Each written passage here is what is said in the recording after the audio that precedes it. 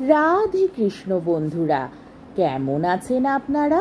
আশা করি সবাই ভালো আছেন। আজকে আবার একটা নতুন ভিডিও নিয়ে হাজির হয়ে গেছি।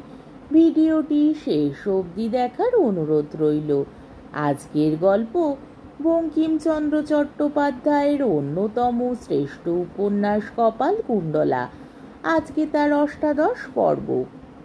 ক্ষেত্রে বীজ রোপিত হইলে আপনি অঙ্কুর হয়। যখন অঙ্কুর হয় তখন কেহ জানিতে পারে না, কেহ দেখিতে পায় না।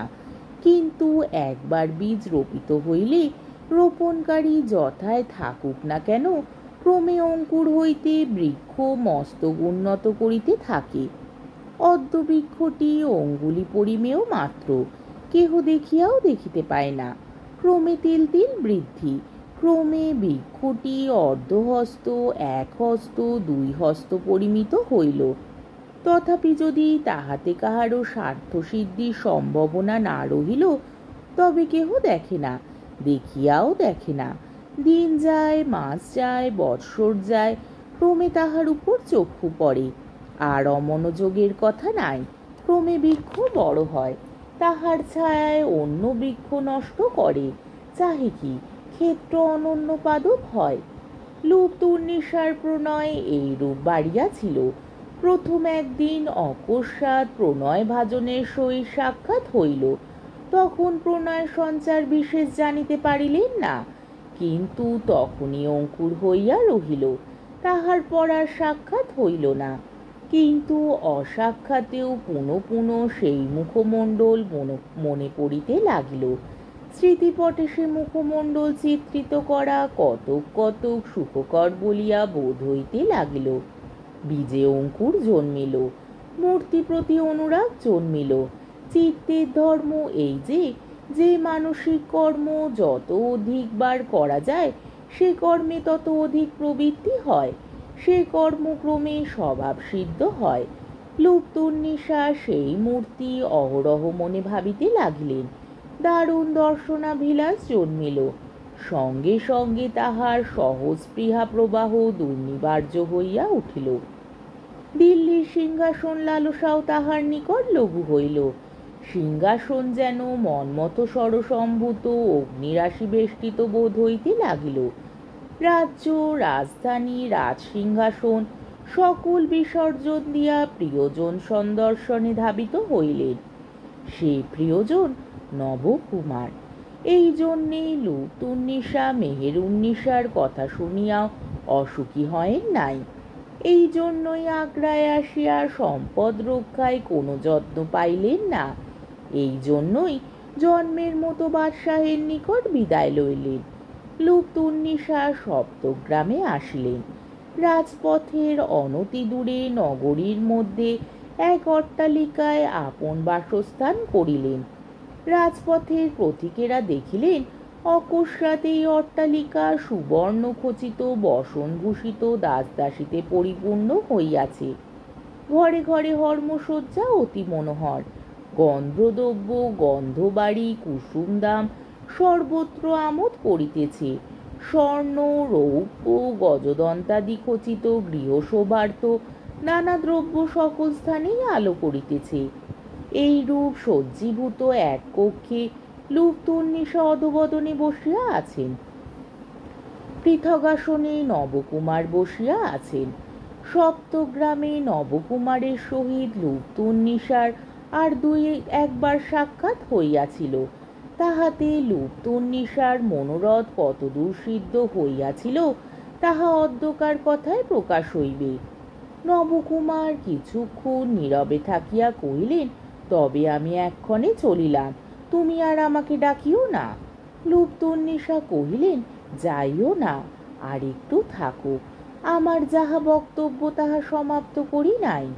নবকুমার আরো ক্ষণিক প্রতীক্ষা করিলেন, কিন্তু লুপ্তুর্নিশা কিছু বলিলেন না।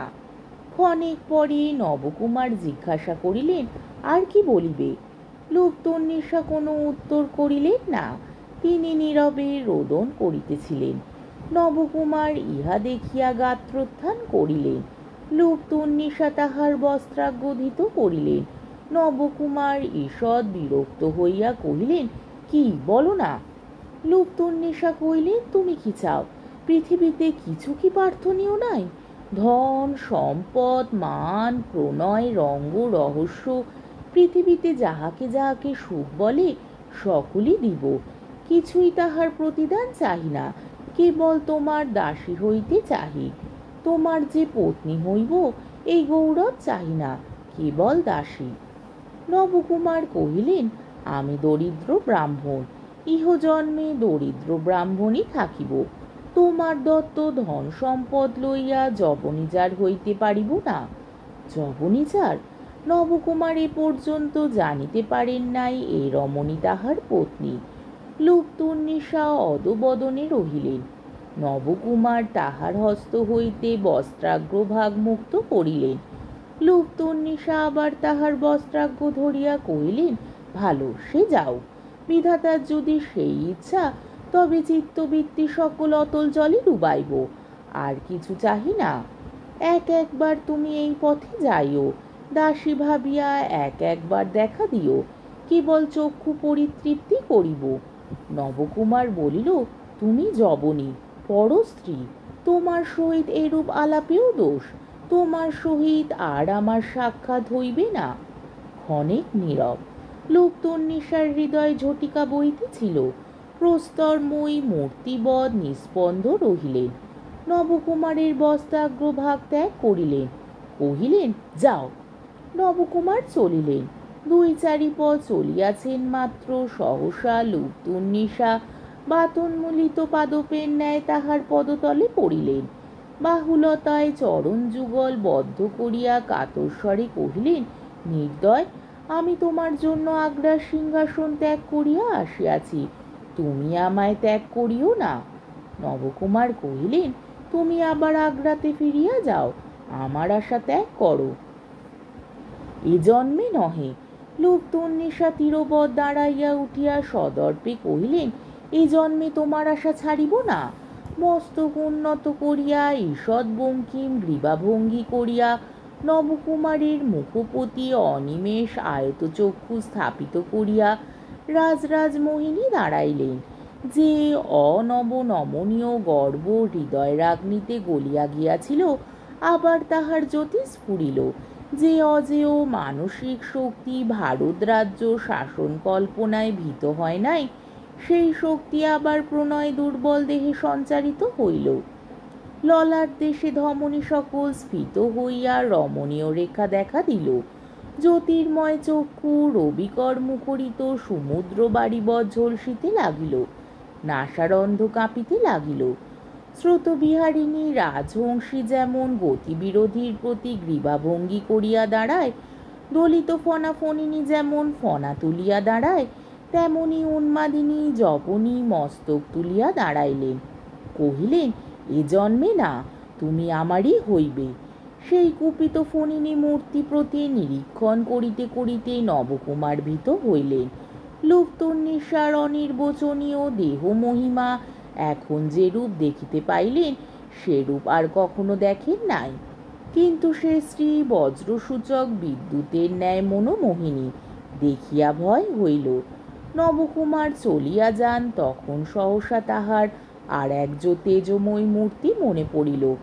একদিন নবকুমার তাহার প্রথমা পত্নী পদ্মাবতীর প্রতি বিরক্ত হইয়া তাহাকে শয়নাগার হইতে বহিষ্কৃত করিতে উদ্ধত হইয়াছিলেন। 12 বর্ষীয়া বালিকা তখন সদর্পে তাহার দিকে ফিরিয়া দাঁড়াইলেন।